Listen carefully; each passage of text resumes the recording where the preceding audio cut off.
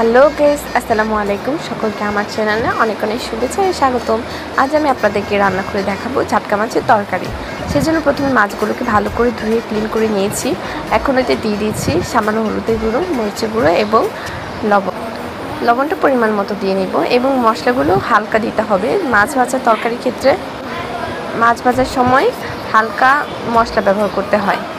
এ পর্যায়ে মশলা দেওয়া হয়ে গেলে প্রত্যেকটা মাছকে হাত দিয়ে ভালোভাবে ডলে ডলে মশলা ঢুকাতে হবে, একদম যেন ভালো করে মশলাগুলো ঢুকে প্রত্যেকটার ভিতরে সেদিকে খেয়াল রাখতে হবে। যত সুন্দর করে ম্যারিনেট করা হবে তত ভিতরে মশলা ঢুকবে এবং মাছ খেতে অনেক ভালো লাগবে। এই পর্যায়ে প্রত্যেকটা মাছের ভিতরে মশলা ভালো করে প্রবেশ করে গিয়েছে। এখন আমরা ম্যারিনেট করা শেষ, এখন আমরা চলে যাব রান্নার ক্ষেত্রে। এভাবে ম্যারিনেট করে রেখে দেবে। এই পর্যায়ে আজ আমি ঢেঁড়স এবং আলু দিয়ে এই তরকারি রান্না করব। সেজন্য ঢেঁড়স এবং আলুকে সুন্দর করে ধুয়ে এবং কেটে নিয়েছি। ফিরে যাব মাছ ভাজিতে। কড়াই তেল দিয়ে ভালো করে গরম হয়ে গেলে এতে লবণ দিয়ে দিব। লবণ দিলে মাছগুলো আর ছিটে আসে না। এই পর্যায়ে এক এক করে প্রত্যেকটা মাছ দিয়ে ভালো করে ভেজে নিব। ভেজে নেওয়া হয়ে গেলে একটা পাতিল 1 কাপ তেল দিয়ে, তেল গরম হয়ে গেলে এতে মাঝারি সাইজে পেঁয়াজ কুচি দিয়ে দিব।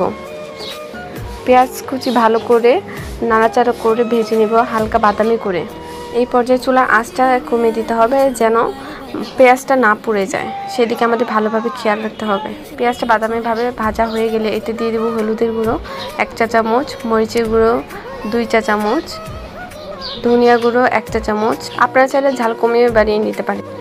এখন ভালো করে মশলাগুলো কষিয়ে নেব। এই পর্যায়ে দিয়ে দিব স্বাদ মতো লবণ দিয়ে এতে এক এক করে সবজি অ্যাড করে দিব। মশলা কষানো হয়ে গিয়েছিল তাই সবজিটা ভালো করে কষিয়ে নিব যতক্ষণ এটা ভিতর থেকে তেল ছাড়ছে। দেখুন মশলাগুলো কষানো হয়ে গিয়েছে। দেখুন মশলার ভিতর থেকে কিভাবে হালকা তেল ছাড়। এই পর্যায়ে এতে দিয়ে দিব পানি।